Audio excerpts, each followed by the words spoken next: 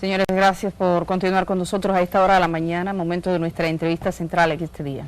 Así es, nosotros muy gratamente acompañados del señor embajador de la República Bolivariana de Venezuela en la República Dominicana, su excelencia Alberto Castelar. Es un placer para nosotros, señor embajador, le agradecemos muchísimo su presencia en este programa. Buenos días y bienvenido. No, primero los buenos días a Edith y a ti, Marino, los buenos días a todo el pueblo dominicano que a esta hora nos observa en este programa tan visto y que nos brinda la oportunidad de dirigirnos y hablar, conversar un poco amenamente de la situación internacional de Venezuela y de tantas cosas que Así es. Nosotros, excelencia, quisiéramos brevemente comenzar con un caso que toca a nuestros dos países. Después quisiéramos que usted nos describa a grandes rasgos cuál es la situación en Venezuela. Pero comenzar aquí, nosotros tuvimos una negociación bilateral recientemente. La República Dominicana adquirió la deuda que tenía por concepto de Petrocaribe con Venezuela y se habla incluso de la posibilidad de que Venezuela se deshaga de las acciones que tiene en la refinería dominicana de petróleo. Nosotros hemos visto hablar este lado, pero no hemos visto hablar el gobierno de Venezuela, y en la voz suya habla el gobierno de Venezuela sobre esta operación y sobre las posibilidades de que ustedes se desinteresen por Te agradezco por la pregunta. En primer lugar, la primera operación a la que haces mención es el tema del pago de la deuda que estaba acumulada por concepto de los pagarés de Petrocaribe. Es bien interesante, ¿no? Porque a nosotros nos hacen una doble campaña. En Venezuela, si señala los medios de comunicación, la extrema derecha, se nos acusa de estar regalando supuestamente nuestro recurso petrolero, mientras que en el exterior entonces se hace la campaña de que significa una deuda para los países que están en Petrocaribe el hecho de seguir suscritos al acuerdo. Sin embargo, justamente el pago que nos hace República Dominicana de estos pagarés de Petrocaribe demuestra que ni lo estamos regalando, ni tampoco que son deudas que sean en todo caso impagables, sino que demuestra más bien que es posible llevar a cabo negociaciones, acuerdos bilaterales, multilaterales, en un marco de solidaridad, en un marco de respeto y en un marco de armonía. Y las relaciones entre la República Dominicana y Venezuela son extraordinarias. Nuestros presidentes tienen la oportunidad de conversar frecuentemente. De hecho, en la última cumbre de San José, en Costa Rica, ustedes vieron también el año pasado en Nueva York, también conversaron el presidente Medina y el presidente Maduro. O sea, estamos pasando por un muy buen momento en esta relación y esa fue una operación, la que estamos haciendo mención, beneficiosa tanto para la República Dominicana como para nuestro país, como para Venezuela.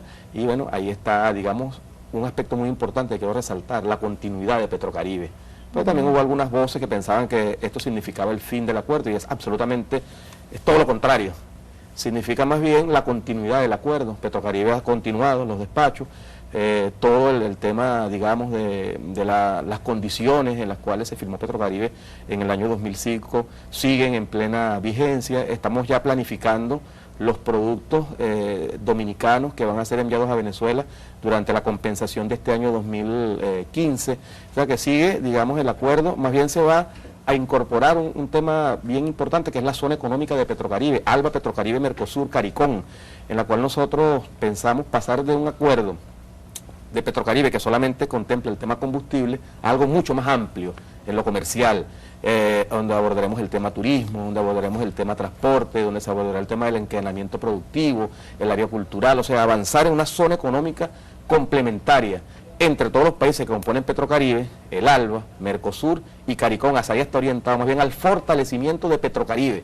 Petrocaribe lo que hace es fortalecerse, no debilitarse. Y a propósito quiero hacerte un comentario también, ya que estamos hablando del tema, sobre las pretensiones del gobierno de los Estados Unidos de hacer ver o de liquidar Petrocaribe. Esas intenciones del imperialismo norteamericano han fallado y continuarán por ese camino, por el camino de la falla, porque son propuestas injustas. Recientemente el gobierno de los Estados Unidos hizo algunas reuniones tratando de incentivar la salida de los países de Petrocaribe, sin embargo eso fue absolutamente rechazado, y todos los países que son miembros del acuerdo continúan en las condiciones como fue planteado el mismo por el comandante Hugo Chávez, toda su, digamos, su estructura jurídica, política, comercial, todo lo que el presidente Chávez nos legó ha sido totalmente la continuidad bajo el gobierno del presidente Maduro. Así que Petrocaribe no solo se mantiene, sino que se fortalece de cara al futuro de la región. Y es muy importante lo que significa Petrocaribe para la estabilidad de la región. Petrocaribe, es más, te voy a decir algo más, que no lo había dicho antes. Petrocaribe, incluso los Estados Unidos, se ven beneficiados de Petrocaribe. No solo porque nosotros en Nueva York le damos combustible a algunos sectores de Nueva York, que no llega el gobierno de Obama, sino que además de eso, la estabilidad macroeconómica y buena parte de la estabilidad política de la región del Caribe, si tú le quitaras Petrocaribe en los últimos 10 años, veamos cuáles serían esos índices, ¿verdad? En índice de desarrollo humano, en Producto Interno Bruto, en muchas áreas. Quítale Petrocaribe en estos 10 años a la región completa y verás entonces lo necesario que ha sido este acuerdo. Y algo más, el flujo migratorio.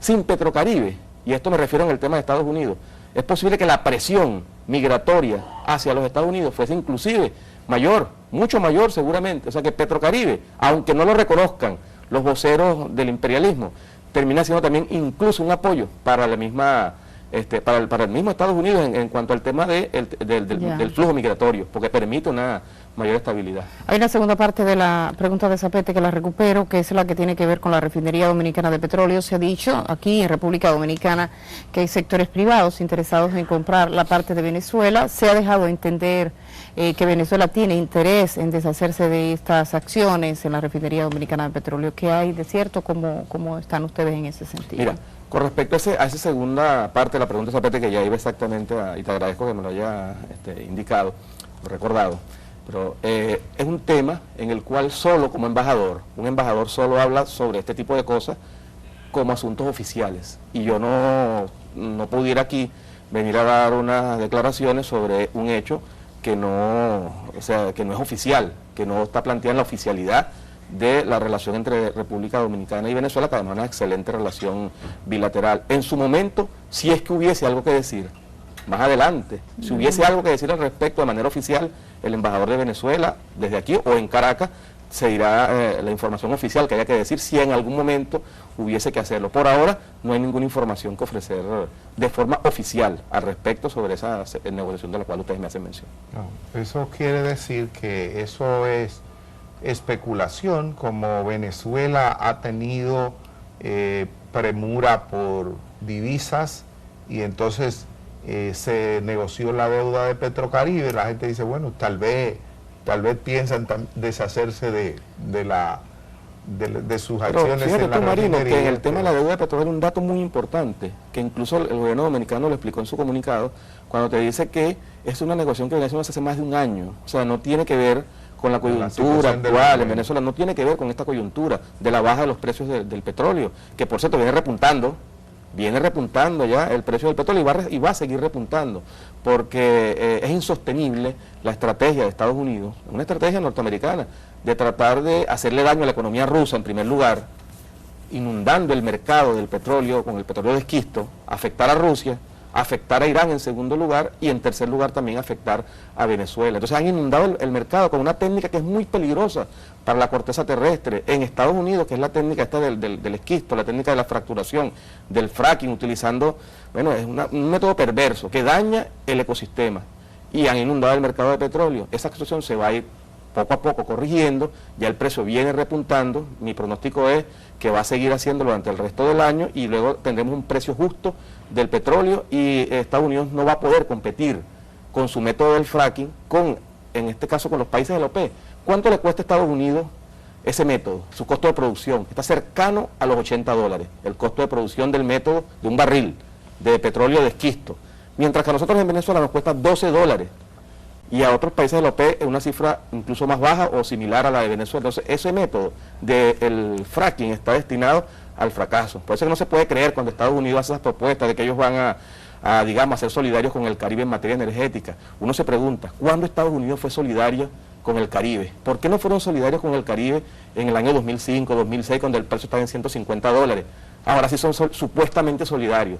Pero lo que dice Estados Unidos no es ni siquiera que va a entregar financiamiento a los gobiernos, sino que ellos con empresas norteamericanas, escuchen bien, empresas norteamericanas vendrían a trabajar en la región bajo dinero que serían entregados a esas empresas, no a los gobiernos, a las empresas, y a partir de ahí entonces trabajar en energías alternativas. Eso es en el muy largo plazo. ¿Usted se tema de está las energías refiriendo alternativas a lo planteado por el vicepresidente, Joe Biden sí, cuando se reunió con representantes de varios países del Caribe para hablar de una política energética en el Caribe? Correcto. Y Biden lo que hizo fue, son vagas promesas que para nada se inculcan a la realidad actual de la América Latina y del Caribe. Es una especie de reedición de lo que sería la alianza, de lo que fue la Alianza para el Progreso. Aquella vieja alianza, decían, bueno, tantos recursos para América Latina y el Caribe, pero no eran recursos para los pueblos, eran para empresas norteamericanas que vendrían en todo caso a trabajar en esas áreas, pero no eran recursos a los países, eran a empresas norteamericanas, un tema netamente comercial.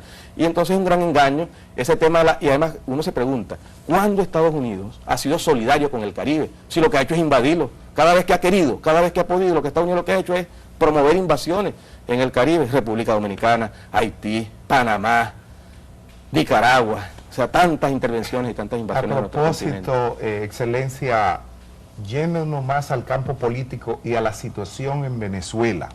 Nosotros tenemos en Venezuela, por lo menos lo que se percibe fuera, lo que recibimos a través de los medios de comunicación, es una situación sumamente difícil, muchas protestas, la prisión del señor López, que todavía aquí no sabemos como bien los fundamentos, luego la presión del alcalde metropolitano de Caracas, el señor Ledesma, todas estas situaciones.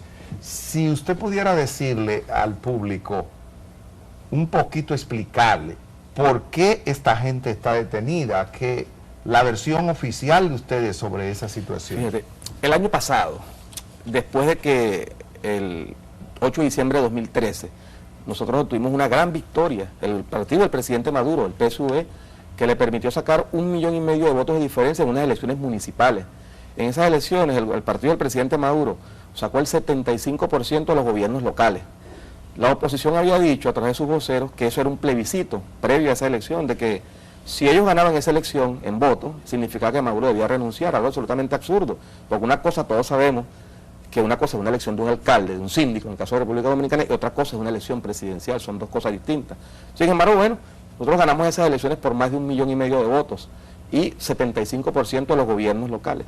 A las pocas semanas, a las 4 semanas de esa gran victoria, el 23 de enero de 2014, la señora María Machado, el señor Antonio Ledesma y el señor Leopoldo López convocan a lo que ellos llamaron la salida, que es un intento terrorista por derrocar al gobierno venezolano, por un golpe de Estado en Venezuela. Producto de esa situación, Marino, se producen durante 4 meses protestas que dejan 43 personas fallecidas, algo lamentable, que es atribuible justamente a las personas que hicieron la convocatoria para esos eventos.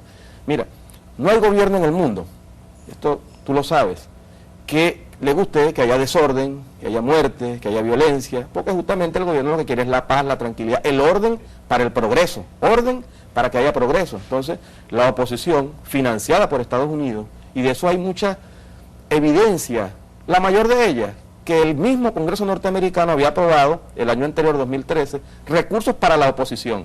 Pregunto yo, ¿con qué derecho el Congreso de los Estados Unidos se atribuye la potestad de decir, bueno, del dinero que pagan los norteamericanos en impuestos, agarrar dinero de ese para financiar a la oposición en Venezuela? Eso es absolutamente detestable, ni en Venezuela ni en ninguna parte del mundo.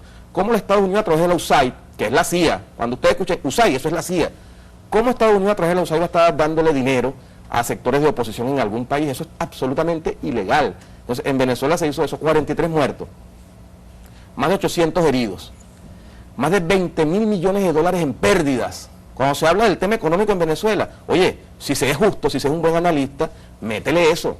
Dígame qué país del mundo, de nuestra región, vamos a hablar de América Latina y del Caribe, puede perder 20,000 millones de dólares sin que su economía no sufra traumas. Son 20,000 millones de dólares, no son 3 o 4 pesitos, 20,000 millones de dólares. Bueno, producto de todos esos hechos, el señor López, que el día 12 de febrero había sido quien había convocado la manifestación violenta, ratificando el llamado que había hecho el 23 de enero del año pasado, se producen muertes, estas 43 muertes que le estoy hablando, y a él se le acusa de los delitos de instigación a delinquir, los delitos también de incendios de instalaciones públicas, de instalaciones privadas, y está siendo procesado por la justicia venezolana. Él no es un preso político, él está siendo procesado por la justicia de Venezuela. La Fiscalía, al igual que en cualquier parte del mundo, le lleva un procedimiento, eso está en los tribunales de nuestro país, en un proceso que se está llevando a cabo. Con respecto al señor Ledesma, primero, todo el tema mediático que se ha manejado, un absurdo, diciendo que fue violentamente sacado de su espacio para ser hecho prisionero por 300 hombres armados que lo golpearon. Absolutamente falso. Al señor Ledesma se le respetaron todos sus derechos y garantías constitucionales, fue un procedimiento de la Fiscalía General de la República.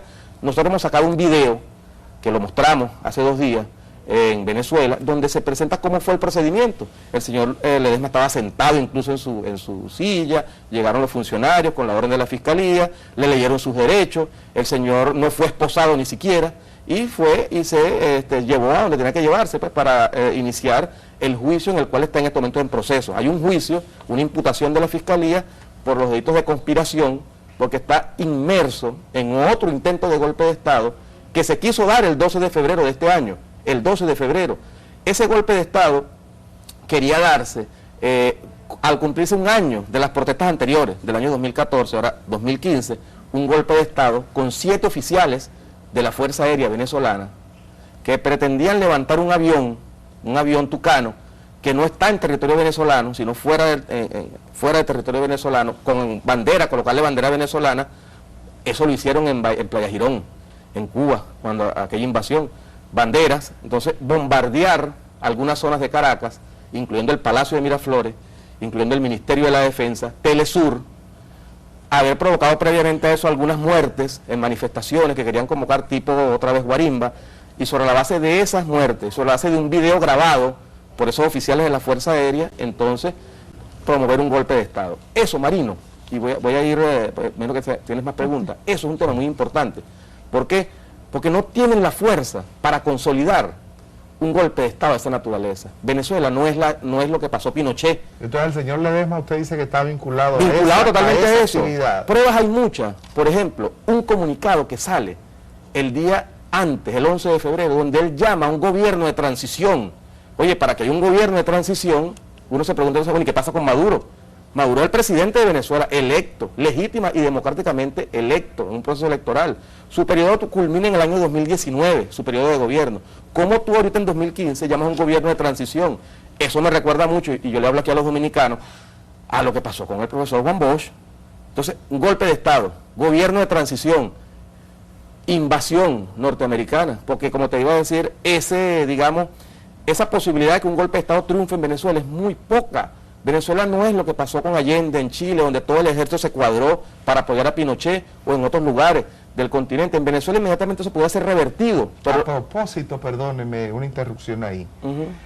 Hay la percepción con todo la crisis económica de Venezuela, que el apresamiento de políticos de oposición, que la escasez de bienes y servicios, que le sugieren a mucha gente como que el gobierno de Maduro está a punto de colapsar. Entonces nosotros recordamos el golpe contra Chávez, que no lo resistieron los que dieron el golpe y tuvieron que echarlo hacia atrás. Pero dicen, bueno, Chávez no es Maduro, quizás ya está maduro el proyecto para, con todo este problema de Venezuela, darle el palo. ¿Con qué cuentan ustedes hoy en Venezuela para sustentar el gobierno y que no se le vaya, que no tuvieran cuando tenían a Chávez? 16 años tenemos nosotros en esta conspiración, primero contra el presidente Chávez y ahora contra el presidente Maduro, y le han hecho a Maduro incluso en 2 años lo que le hicieron a Hugo Chávez en 14 años, se lo han hecho al presidente Maduro en 2 años, todo con el auspicio lamentable del gobierno de los Estados Unidos. Te voy a decir algo. Pero ustedes tan fuertes tienen... Claro, en el año 2002, Mario, te explico lo siguiente, mira, en el año 2002 cuando el golpe a Chávez, no teníamos la fortaleza institucional y popular que tenemos hoy en día. Por ejemplo, el partido. Nosotros en aquel momento estaba el movimiento Quinta República, era un movimiento más que todo electoral. Hoy en día existe un poderoso partido político, que es el PSUV, con 7 millones de militantes. De 18 millones de personas que votan en Venezuela, 7 millones están inscritas en el PSUV. Esa es una gran fortaleza, aproximadamente el 40% de la población está inscrita y milita en el Partido Socialista Unido de Venezuela. En el plano institucional, La Fuerza Armada no es la misma Fuerza Armada, nada más el nombre es totalmente distinto. En el 2002 era la Fuerza Armada Nacional, hoy en día es la Fuerza Armada Nacional Bolivariana. Y está, cuando hablo bolivariana, no es cualquier cosa, eso no es un simple nombre. Es una Fuerza Armada comprometida con la Constitución y comprometida con el liderazgo de su comandante en jefe, porque en Venezuela el presidente Maduro es el presidente de la República, es el que dirige las relaciones exteriores, pero además es el comandante en jefe de la Fuerza Armada Nacional Bolivariana. Y hay un liderazgo del presidente Maduro que es absolutamente aceptado por nuestra Fuerza Armada, que respetan la Constitución de la República. Es otra fortaleza que en el año 2002 hubo sectores del alto mando militar que participaron en aquel intento. La Asamblea Nacional, que es otro escenario clave.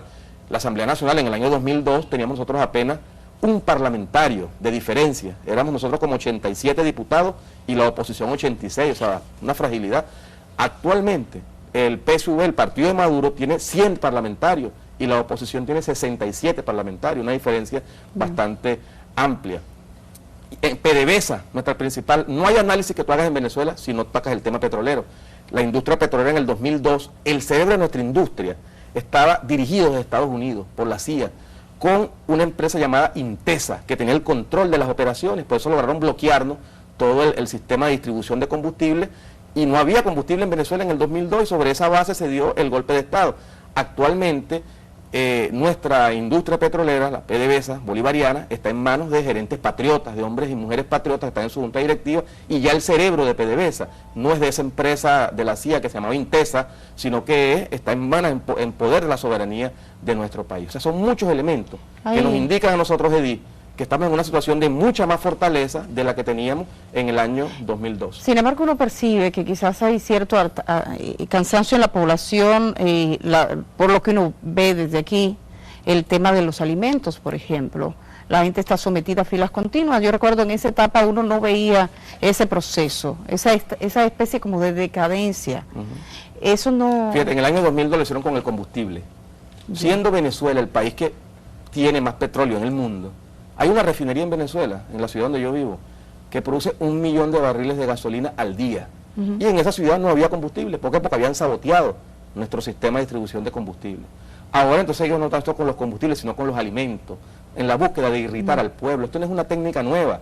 A los más adultos, a los que tienen un poco más de edad aquí en República Dominicana, recuerden lo que le hacían a Juan Bosch, la guerra psicológica, el decir, esconder cosas, boicotear, especular, acaparar. Recordemos lo que le hicieron a Chile, a Salvador Allende. A Salvador Allende le aplicaron la misma receta en Chile: acaparamiento, especulación, boicot, porque los grupos empresariales de extrema derecha vinculados a estos elementos golpistas y además aupados por los Estados Unidos, yo quiero decirte esto, mira, en lo que va de año, no hemos llegado todavía al segundo mes del año a finalizar, Estados Unidos ha hecho más de 60 declaraciones de altos funcionarios norteamericanos sobre Venezuela. Dígame usted si eso es o no es una injerencia. 60 declaraciones. Hoy aparecen unas del señor Kerry en varios medios de agencias internacionales. 60 declaraciones en menos de 2 meses. ¿Qué es eso? Es una arremetida contra Venezuela. ¿Qué podemos esperar? ¿Qué vamos a esperar? Fíjate, en Venezuela, nosotros primero hemos neutralizado un golpe de Estado. Lo hemos neutralizado. Otro intento por parte de la extrema derecha financiada por Estados Unidos. Nosotros tenemos que garantizar la paz, y garantizamos la paz en Venezuela, la estabilidad. Con todos esos elementos que yo te mencionaba, Edith, de la fortaleza en la Fuerza Armada, la Asamblea Nacional, el pueblo. Mira, pocos países podrán resistir lo que ha resistido Venezuela. Pocos países. Fíjate los casos que te he planteado. ¿Cuánto han durado otros gobiernos en el mundo que han sido víctimas del acecho del imperialismo? Y Venezuela tiene 16 años. No hay que subestimar la conciencia y la voluntad de un pueblo que ha decidido ser libre. Y más temprano que tarde, Estados Unidos va a tener que reconocer, como lo reconoció con Cuba, fíjate, lo reconoció Obama, dice, pide perdón prácticamente, dice, nos hemos equivocado en nuestra política hacia Cuba. Cuba obligó a Estados Unidos, con su dignidad, con su pueblo y su valentía y su liderazgo de Fidel y de Raúl, a sentarse en la mesa de igual a igual. Es un hecho diplomático muy importante, y culmino con esto, Zapete, un hecho muy importante. Más temprano que tarde, Estados Unidos tendrá que reconocer que se ha equivocado con Venezuela, que sus sanciones, que todo su apoyo a la extrema derecha, que su intento de derrocar al gobierno venezolano es como chocar contra una roca, contra una fortaleza, y más temprano que tarde Estados Unidos reconocerá su error y nosotros podemos tener una relación de igual a igual, una relación soberana. Venezuela no es una colonia, ni volverá como lo fue en el siglo XX, en buena parte, una colonia norteamericana. Venezuela, por aquí es el fondo del tema, es el petróleo, Estados Unidos quiere apoderarse de la mayor reserva de petróleo del mundo, pero Venezuela no volverá a ser una colonia norteamericana. Venezuela es libre, Venezuela es independiente, Venezuela es la patria de Bolívar, la patria de Chávez y la patria de hombres y mujeres que estamos dispuestos a seguir defendiendo nuestro país, nuestro proceso de cambio. Queremos de manera pacífica y no quisiéramos que Estados Unidos nos quisiera llenando o intentando llenar de violencia.